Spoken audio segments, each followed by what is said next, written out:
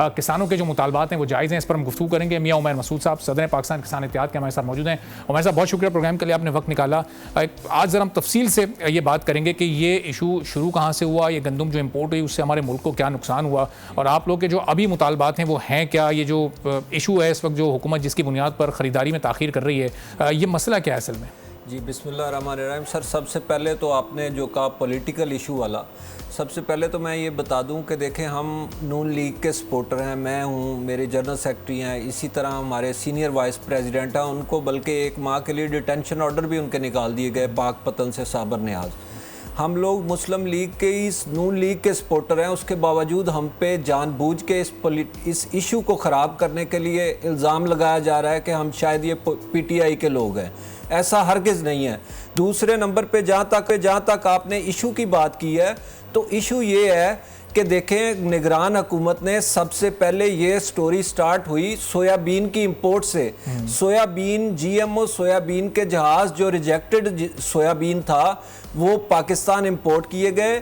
किसान की मकई की फसल जो थी जिसका रेट 4000 रुपये था वो रेट कम होकर 1200 रुपये पे आ गया। उसके बाद फिर ये हुआ कि आपने गंदम इंपोर्ट करना शुरू कर दी। पास्को ने रिक्वायरमेंट 1 लाख टन की दी थी कि 1 लाख टन की मज़ीद ज़रूरत है, लेकिन यहाँ तो सैकड़ों लाख टन आ गए।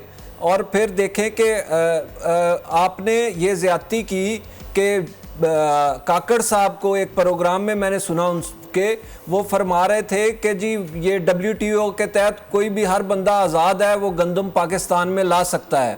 मैं ये पूछता हूँ कि WTO के तहत हर वो बंदा आज़ाद है जो किसान का नुकसान कर सकता है।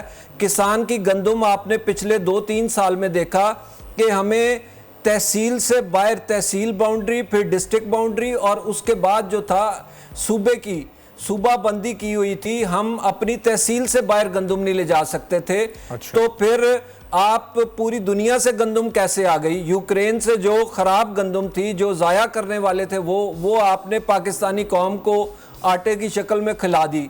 और इसी तरह अभी लाखों टन जो आपके पड़े हुए हैं, रिज़र्व में पड़े हुए हैं, वो ख़राब गंदम है, वो ज़ाया करनी पड़ेगी।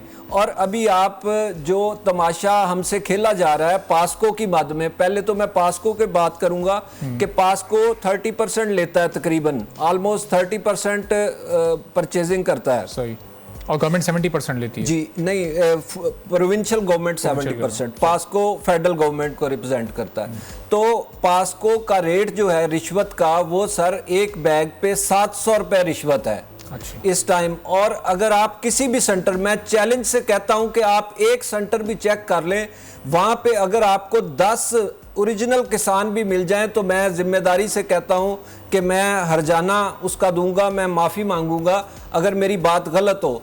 तमाम जो आड़ती व्यापारी हैं उनको बोरियां बेची गई हैं। पास्को ने पहले 3 दिन में अपना बारदाना टोटल बेच के ख़त्म कर दिया सेंटरों से, और उसके बाद हमारे किसान सेंटरों पे धक्के खाते रहे, जाते रहे, उनको किसी ने कोई नहीं पूछा। इसमें जो पास्को के MD हैं वो भी इन्वॉल्व हैं और बाकी तमाम लोग भी इन्वॉल्व हैं। सब ने करप्शन की है। 700 रुपये पर बैग जो रिश्वत ली जा रही है, ये गवर्नमेंट लेवल पर किसी के इल्म में नहीं है, सबको पता है और सब खामोश हुए हैं? सर गवर्नमेंट के इल्म में है ये सारी बातें, उसके बावजूद खामोश हैं। हर बंदे को आप बच्चे से भी पूछेंगे तो उसको भी पता है कि पास्को वालों की बोरी का रेट क्या है। और दूसरी तरफ फूड वाले हैं, फूड डिपार्टमेंट ने तो तैयार कर रखा है कि उन्होंने गंदम लेनी ही नहीं है। मरियम नवाज साहिबा ने क्लियर इंस्ट्रक्शंस दी हुई हैं कि जब रेट ऊपर करवाएं और गंदम नहीं खरीदनी। इस तरह हो ही नहीं सकता कि मार्केट का रेट कैसे ऊपर जाएगा। अब हम 3000 रुपये में अगर बेच रहे हैं तो मार्केट का रेट उस वक्त जाएगा जब आप इंटरवीन करेंगे, आप खरीदनी शुरू करेंगे। आप तो खरीदना ही नहीं चाह रहे।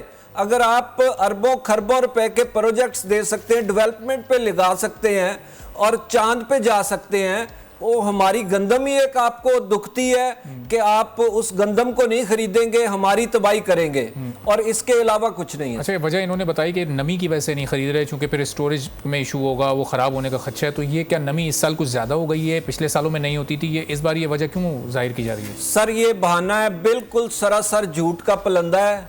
नमी के मॉइस्चर मीटर मौजूद हैं, आप मॉइस्चर मीटर लगा 1 मिनट में नमी पता चल जाती है। और उसके अलावा आप देखें कि पास्को अगर अपनी गंदम उतार रहा है तो फूड को क्यों नमी लग रही है, कोई नमी वाला चक्कर नहीं है। और सर ये इसी तरह जैसे इन्होंने सोयाबीन इंपोर्ट किया ऐसे गंदम इंपोर्ट कर ली। अब इस पे एक पंजाब ने फैक्ट फाइंडिंग कमेटी बना दी है, एक वफाक ने इंक्वायरी कमेटी बना दी है, और ये इंक्वायरियां होंगी 2, 4, 5 दिन खप पड़ेगी और उसके बाद ये इशू अरबों रुपए, ये 300 अरब सुन रहे हैं कि 300 अरब का जो किसानों को इन्होंने टीका लगाया है वो सर इंक्वायरियों की नज़र हो जाएगा। और ये अगर ज़ाहिर है किसान को वक्त पर नई पेमेंट्स होंगी और मुनासिब पेमेंट्स नहीं होंगी मार्केट के मुताबिक, तो आगे जो बड़ी इंपोर्ट की फसलें भी आ रही हैं जिसमें मकई भी है, जिसमें कॉटन भी है, जिसमें चावल भी है, वो किस हद तक मुतासर हो जाएंगी? कितना नुकसान इस वक्त किसानों को? सर देखिए मेरे गाँव का सिस्टम ये होता है कि जो छोटा किसान है उसके पास अपने इम्प्लीमेंट्स नहीं है, अपना ट्रैक्टर नहीं है, उसके पास अपना ट्यूबवेल नहीं है, वो सारी चीज़ें 6 महीने के उधार पे चलाता है। अच्छा। अगर उसको पिछली पेमेंट्स नहीं होंगी, मेरा 3900 रेट जो गवर्नमेंट ने फिक्स किया, पिछले साल भी वही रेट था। इनपुट्स के रेट तो आपने बढ़ा दिए लेकिन गंदम का रेट वही रहा। हमने फिर भी कबूल किया कि ठीक है जी आप गंदम चले इसी रेट पे ख़रीद लें, गवर्नमेंट के हालात नहीं ठीक, मुल्क के हालात नहीं ठीक। उसके बावजूद इन्होंने गंदम खरीदी नहीं, गंदम खरीदने से इनकारी हो गए। और फिर सेकंड ये कि अगर आपने गंदम ना खरीदी तो हम अगले सालों में फिर गंदम काश्त करना बंद कर देंगे। अच्छा। फिर आप कहाँ से लाएंगे गंदम और फिर आप मुल्क कैसे चलेगा? अब हमारे जो किसान हैं जब उनके पास पैसे नहीं होंगे तो वो फिर कैसे अगली फसल काश्त करेंगे? वो बिल्कुल अगली फसल काश्त करने के काबिल नहीं होंगे अगर उनके पास पैसे नहीं आते। आप कर्ज़ों की स्कीम बनाएं कि जी हम 350 अरब बिलासूद कर्जे दे रहे हैं, ये कर रहे हैं, हमें खुदारा हमें कर्ज़ों पे ना लगाएं। हम आपसे भीख बिल्कुल नहीं लेना चाहते, हम कोई सब्सिडी नहीं लेना चाहते, लेकिन हम ये कहते हैं कि हमें खुदारा आप अगर इंटरनेशनल मार्केट से चलाना चाहते हैं तो फिर उसके मुताबिक चलाएं। इंडिया में अगर बिजली फ्री है तो इधर भी किसानों को फ्री होनी चाहिए। आपकी यूरिया खाद इंडिया में देख ले कितने की है और पाकिस्तान में हम 5500 रुपए की ले रहे हैं और वहां पे 400 रुपए की है। इसी तरह डीएपी खाद हम 15,000 रुपए की खरीद रहे हैं और उधर 1200 रुपए की है। अगर ये डिफरेंस रहेंगे तो हम किसी का मुकाबला भी नहीं कर सकते और कुछ भी नहीं कर सकते। सही। अब उमर साहब सब्सक्राइब करें और बेल दबाएं ताकि कोई खबर रह न जाए।